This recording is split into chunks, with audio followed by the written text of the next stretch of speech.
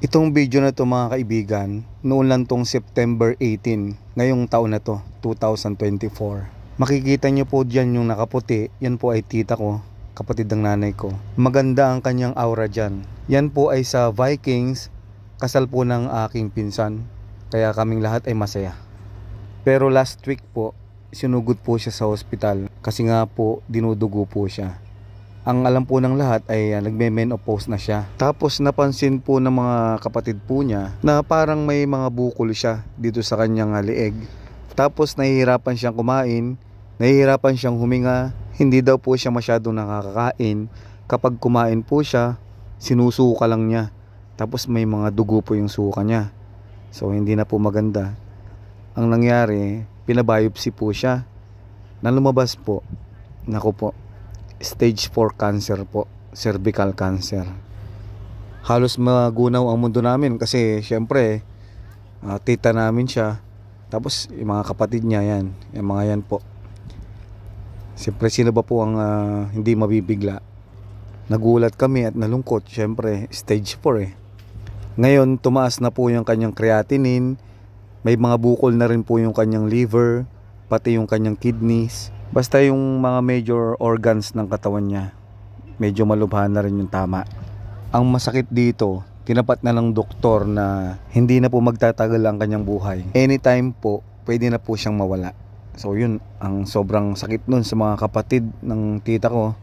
Siyempre sa nanay ko dahil kapatid niya yon, sa amin din kasi tita namin eh. Dito sa video na to ang sesaya pa namin eh. Pero wala kaming kaalam-alam na ang isa sa kanila ay merong malubhang sakit na pala. At cancer pa mga kaibigan.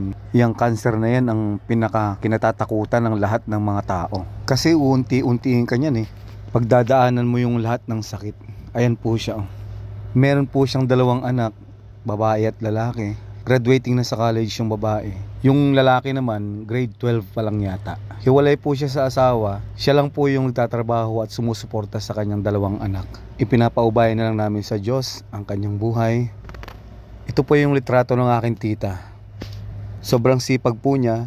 Kasi bata pa lang po talaga ako. Nakikita ko na po siya nagtatrabaho. Nakapag-abroad na rin siya para masuportahan yung kanyang 2 anak. Hindi daw siya pwedeng mag-undergo ng chemotherapy dahil sabi ng doktor, useless na daw. Stage 4 na kasi.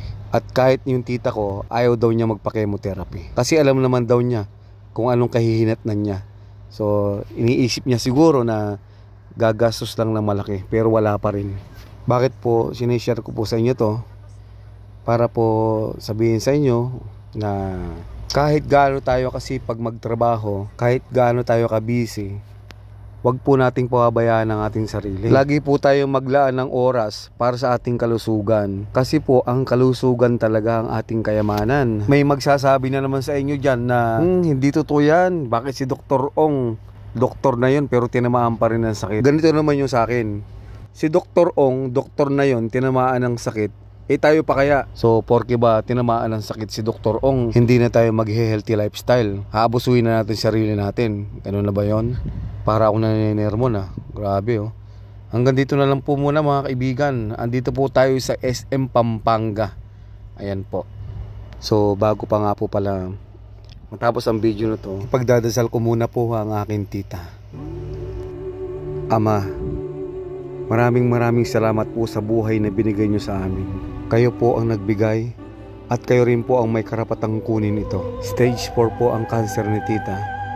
Kaya imposible na po na gumaling siya. Lahat po kami ay gusto namin na gumaling po siya. Pero kung ano po ang inyong kagustuhan, yun po ang masusunod. Dahil kayo lang po ang nakakaalam kung anong mas makabubuti sa kanya. Wala pong imposible po sa inyo. Kaya nyo pong magbigay ng milagro.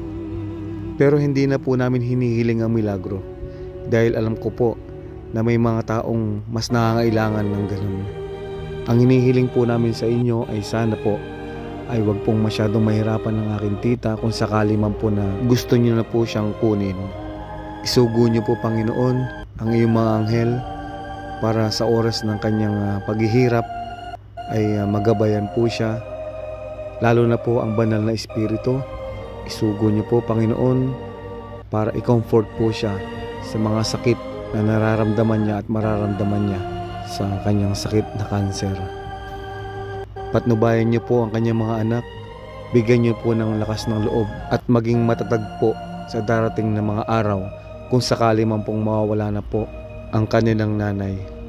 I-bless niyo rin po, Panginoon, ang mga mahal namin sa buhay, ang mga nanonood sa aking YouTube channel, ang kanilang pamilya.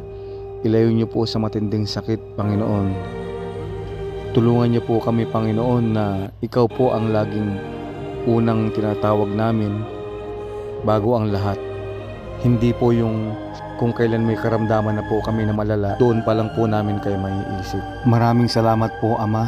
Ito po ang aming samot dalangin sa pangalan po ng iyong anak na si Jesus na aming Panginoon.